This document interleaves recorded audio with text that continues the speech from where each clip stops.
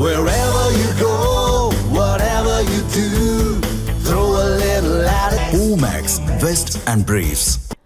அவிநாசி சட்டமன்ற தொகுதிக்கு உட்பட்ட புலிப்பார், பொன்னே கவுண்டன்புதூர் உள்ளிட்ட பகுதிகளில் பாஜக வேட்பாளரும் மத்திய அமைச்சருமான எல்முருகன் தீவிர வாக்கு சேகரிப்பில் ஈடுபட்டார். சட்டமன்ற தேர்தலில் அவிநாசி தனித்தொகுதியில் மத்திய அமைச்சர் எல்முருகன் போட்டியிடுகிறார். அதற்காக அவிநாசி சட்டமன்ற தொகுதிக்குட்பட்ட பல்வேறு பகுதிகளில் தினமும் பிரச்சாரம் மேற்கொண்டு வருகிறார். அந்த வகையில் புலிப்பார், பொன்னே கவுண்டன்புதூர், திருமலை கவுண்டன்பாளையம், குட்டகம், பொங்கலூர் உள்ளிட்ட பல்வேறு பகுதிகளில் எல்முருகன் தீவிர வாக்கு சேகரிப்பில் ஈடுபட்டார்.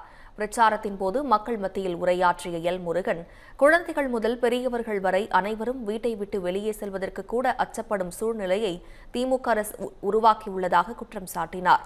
தன்னை எம்எல்ஏவாக தேர்ந்தெடுத்தால் மக்களுக்கு தற்போது தேவைப்படும் அனைத்து அடிப்படை வசதிகளையும் ஒரு வருடத்தில் செய்து கொடுப்பேன் எனவும் எல்முருகன் உறுதியளித்தார். நியாய விலைக்கடை அமைத்து தரப்படும். நிச்சயமாக வந்த உடனே நம்மளுடைய ஆட்சி மே மாதம் 4ஆம் தேதி வந்துடும். வந்த உடனே உடனடியாக ஒரு பகுதி நேர நியாய விலைக்கடையை இந்த ஊரில் அமைச்சு கொடுக்கப்படும் என்ற அந்த வாக்குறுதியோடு வாலியூர் கிராமத்தில் நமக்கு ஒரு பகுதி நேர நியாய விலைக்கடை வேணும் அப்படின்னு கேட்குறாங்க.